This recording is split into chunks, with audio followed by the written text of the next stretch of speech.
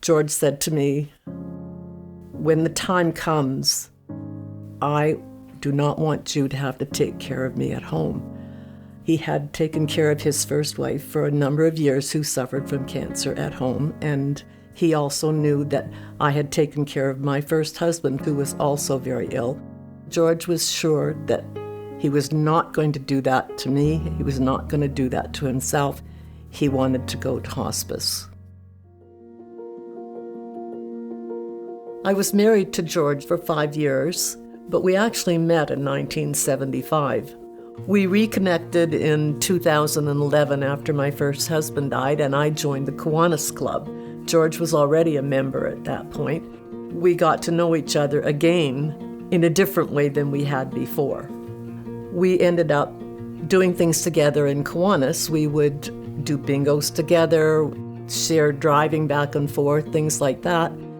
One day we went for dinner, we went to a movie, and then we decided that maybe there was something more than just friends. And from then on, we got engaged and we were married. George was an amazing, compassionate man.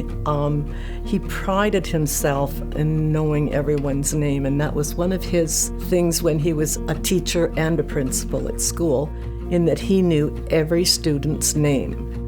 I think about him as a role model all the time. He valued being an educator, and that defined who he was. He really believed in teaching and believed in helping people be the best versions of himself.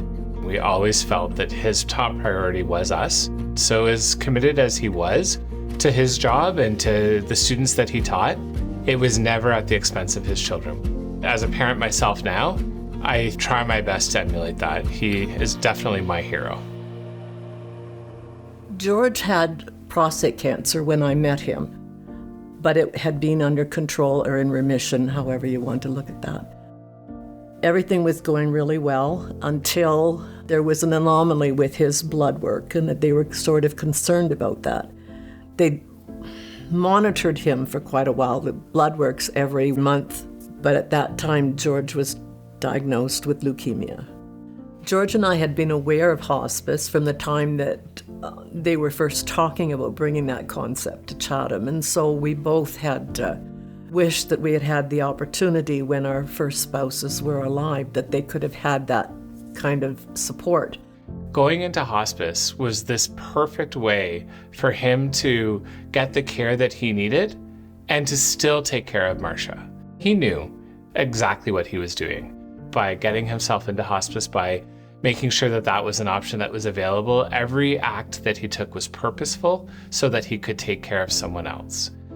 I knew that George was well taken care of, and because of that, I was able to come home and go to bed and comfortably sleep, knowing that if there was anything, someone would call me. But it made a difference because I could just sleep the whole night and not worry about that. None of us really thought about, or perhaps we did and just didn't realize at the time, was how well I would also be taken care of. The staff were amazing. It's a beautiful gift that the hospice can provide. Jordan was the nurse that was on, and she came in regularly, checking throughout the night. Right before my dad passed away, she came over to him, she put her hand on his shoulder, and she said, "George, it's okay, you can just rest now." And my dad took one final breath.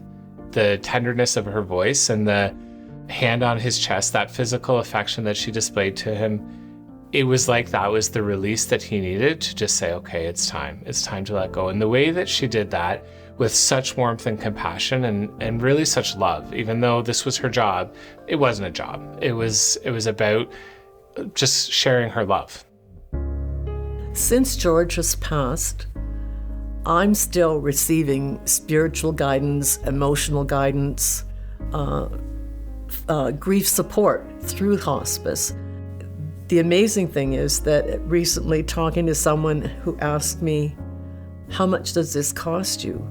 And I was able to say, "I don't have to pay for this. This is free." That wouldn't be available if people were not making the donations that they are, if people aren't supporting hospice in whatever way possible.